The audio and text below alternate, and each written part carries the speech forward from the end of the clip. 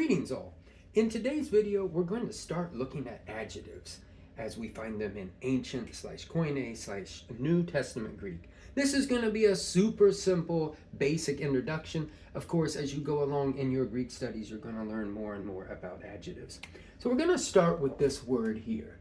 A new word for us, an adjective actually, pistos. It means faithful. And just like in English, we could in ancient Greek say something like the faithful brother. So we might remember, of course, that the word for brother is adelphos, and the article is ho. So actually, if we just wrote it like this, ho pistos, we'd have to change the accent here. We haven't talked really about accents, but ho pistos adelphos means the faithful brother.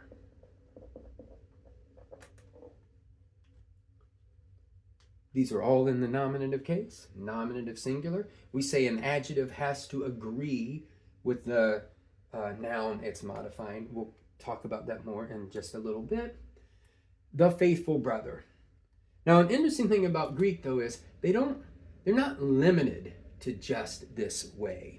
You could actually, and you will find in ancient Greek, you could say ho adelphos ho pistos. This means exactly the same thing. The order is different. Literally, the brother, the faithful. But they mean the same thing. And what we have to sort of take note of is that if the adjective is coming in between the article and the noun, or we could even say if the adjective is following the article, in both of these cases, it's said to be in the attributive, which I probably can't spell, position. This is the attributive position.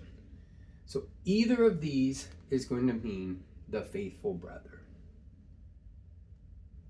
Now, we said it needs to agree with the adjective needs to agree with the noun it's modifying.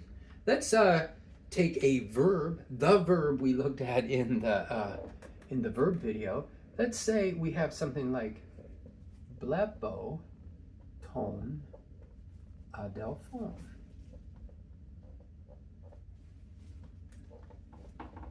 This is I see the brother. Here, this is accusative. And let's see, I'll put it down here. I know there's some bad shadows here. I see the brother.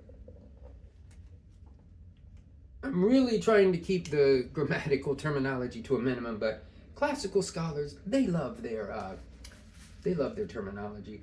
And it's something that we do have to deal with. So I see the brother. Brother is masculine, accusative, singular. So if I see the faithful brother, let's see, we have a marker overboard. We could say blepo ton piston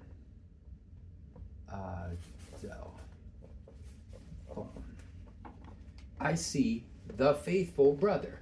Here, faithful also has to be accusative singular, masculine accusative singular. Now, we didn't talk about them yet, but this word would also change if we were to, instead of brother, there's a word for sister, which is adelphe. The article looks like that. Hey, adelphe. In this case, if we saw the faith, or if we're just talking about the faithful sister, hey, piste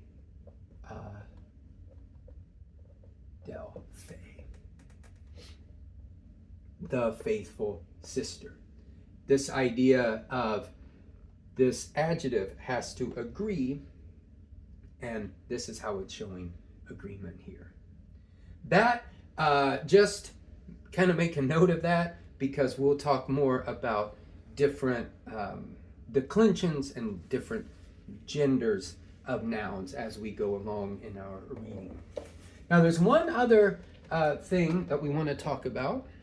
Actually, two other things, but one other real important point is that and this is something we have to be kind of careful about. If you were to see this, ho adel phos, and actually let's put up the one from before, ho adelphos, ho pistos, the faithful brother. Remember, this is attributive because it has the article, the definite article. But that is different from ho adelphos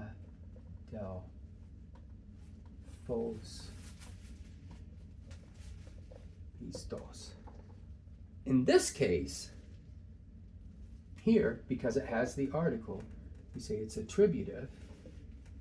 In this position, no article, it's in what's called the predicate position. And this means the brother is, we have to understand some form of the verb to be, the brother is faithful. And you might even see it like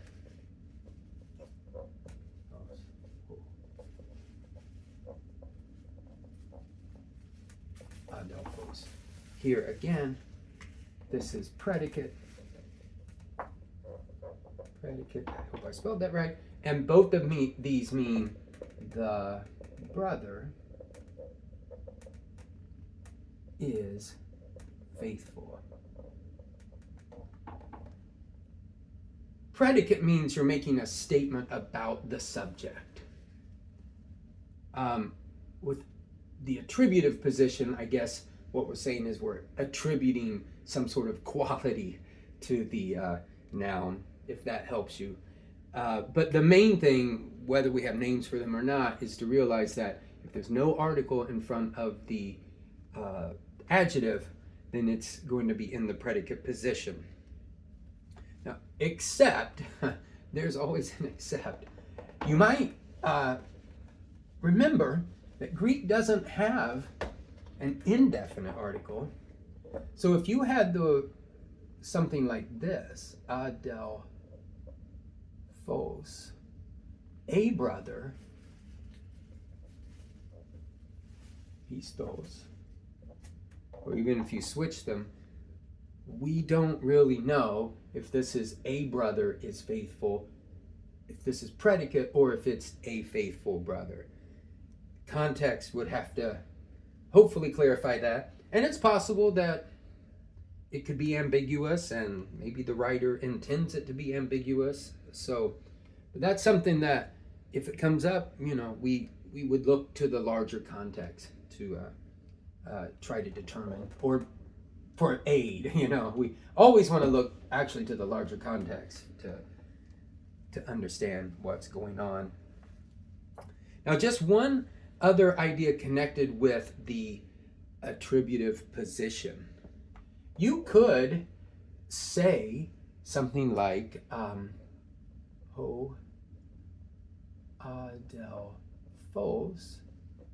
to apostolou. This is now this here is genitive, masculine, genitive singular. This is our nominative singular. This means the brother of the apostle. But you could write it or say it, and you'll find it written this way sometimes. You could put this whole thing here in the attributive position. Ho to apostolou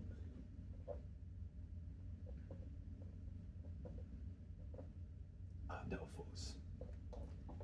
This means kind of literally, the of the apostle brother, or the apostle's brother, the brother of the apostle. And you find this, I think it's in Matthew 7:11. I'll see if that's right. You can extend this where, now we haven't talked about one of these words here, ho pater himon. This means the father of you, or your father, and it's further qualified, ho en tois, ura nois. This should be a nun, ura nois. If we didn't have that, it would be the Father, the in the heavens Father, or your Father, the one who's in the heavens. Or maybe just in heaven, in the sky. So that's what I have for us today.